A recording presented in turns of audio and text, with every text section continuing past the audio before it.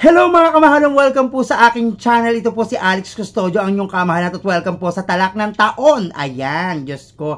Mga kamahalan, mag-iisang buwan na rin to, no, na pinag-usapan, na talaga namang trending na trending kahit sa ang parte ng social media, kahit sa mga balita sa TV, ayan, sa radyo, sa newspaper, nababasa ko to. Talaga namang hanggang ngayon, sobra pa rin ang nangyayari dahil talaga namang hindi talaga maganda ang ginawa ni Pura Luca Vega sa panggagaya sa Poong Nazareno. Talaga namang lahat ng grupo ng mga simbahan, kahit yung ibang relihiyon nga, talagang tinutulig siya, talagang nirereklamo siya at talagang isinisiwalat na mali yung ginawa niya. Kaya mga kamahalan, so wala tayong magagawa. Ito yung desisyon ng sambayan ng Pilipino, sambayan ng kung saan talaga namang nasaktan at talaga namang nainsulto sa ginawa ni Pura Luca Vega. Kaya yun, wala naman tayong magagawa, maawa man tayo sa kanya, kasalanan niya naman kung ano yung ginawa niya.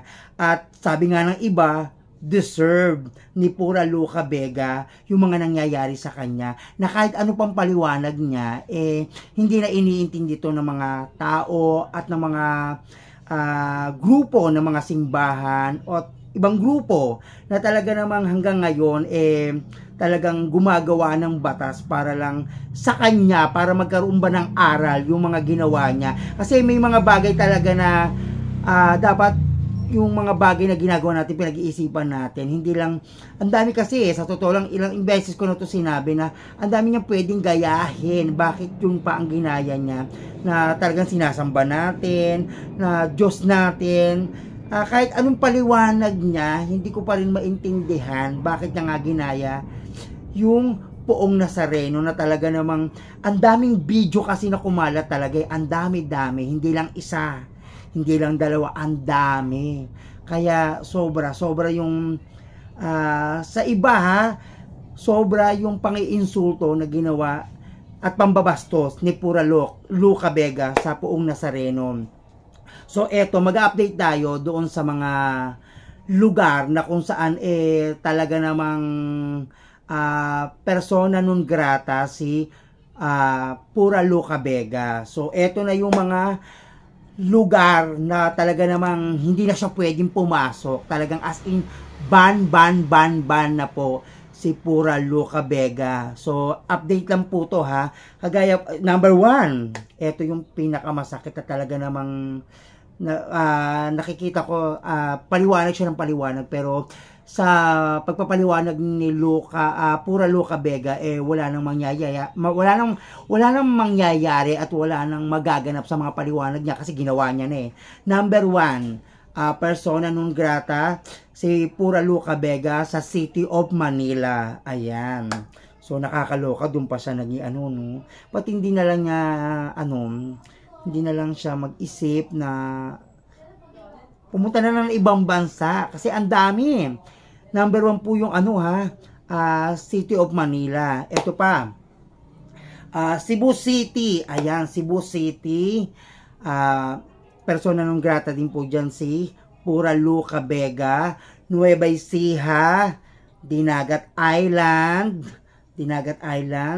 So apat na lugar na talaga namang bawal lang pumunta si Pura Luca Vega. At pang-5 ay ang Toboso Negros Occidental. Ayun, Toboso Negros Occidental. Tapos Florida Blanca, Pampanga. Pang-6 na, no? Tapos South Cotabato. Tama ba? City of Manila, Dinagat Island, Nueva Ecija, Cebu City, Toboso Negros Occidental, Florida Blanca, Pampanga, South Cotabato, General Santos, General Santos, Bukidnon, ayan, pang-siyam na yan Tapos Cagayan de Oro, at ang pang-11 ay Laguna. So, ayan po yung mga lugar na kung saan bawal na pong pumasok si Pura Luca Vega. Pero, update lang po to, madadagdagan pa to ha, marami pa. Andiyan na rin yung, pati yung, basta maraming grupo sana nagrereklamo sa kanya na huwag nang papasukin sa mga probinsya.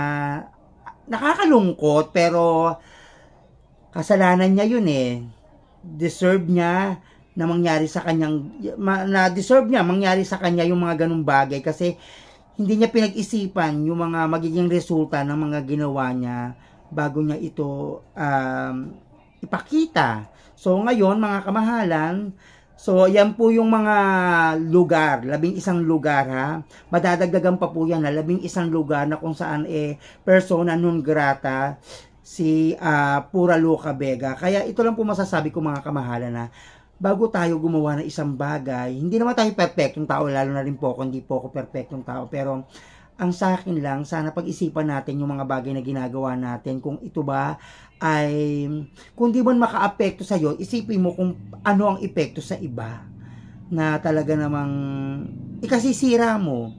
Kaya sana, maging aral na to kay Pura Luca Vega, na dapat kinakailangan pag-isipan mo yung mga bagay-bagay na dapat na ginagawa mo. Ang dami ang dami niyang pwedeng gawin, bakit yung pa yung ginawa niya. Kaya sabi nga ng iba, sabi nga sa mga nagko-comment, actually update ako sa mga ginagawa ng mga taong talagang sumusubaybay sa issue na to, na deserve daw ni Pura Luca Vega ang mga parusa ng sambayan ng Pilipino. So mga kamahalan niya lamang po, madadagdagan pa yung mga ano na yan, yung mga lugar na talaga namang persona non grata si Pura Luca Vega. So marami pong salamat mga kamahalan sa mga nag-share, nagla-like at nagko-comment sa aking FB page at sa aking YouTube channel ha.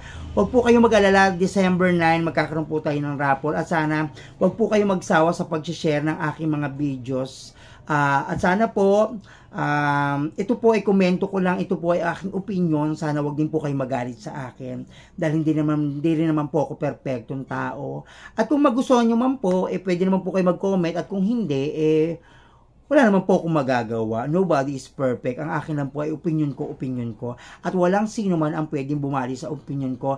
At yun po ay tama para sa akin. Kaya marami pong salamat mga kamahalan. God bless you. Mga chup-chup.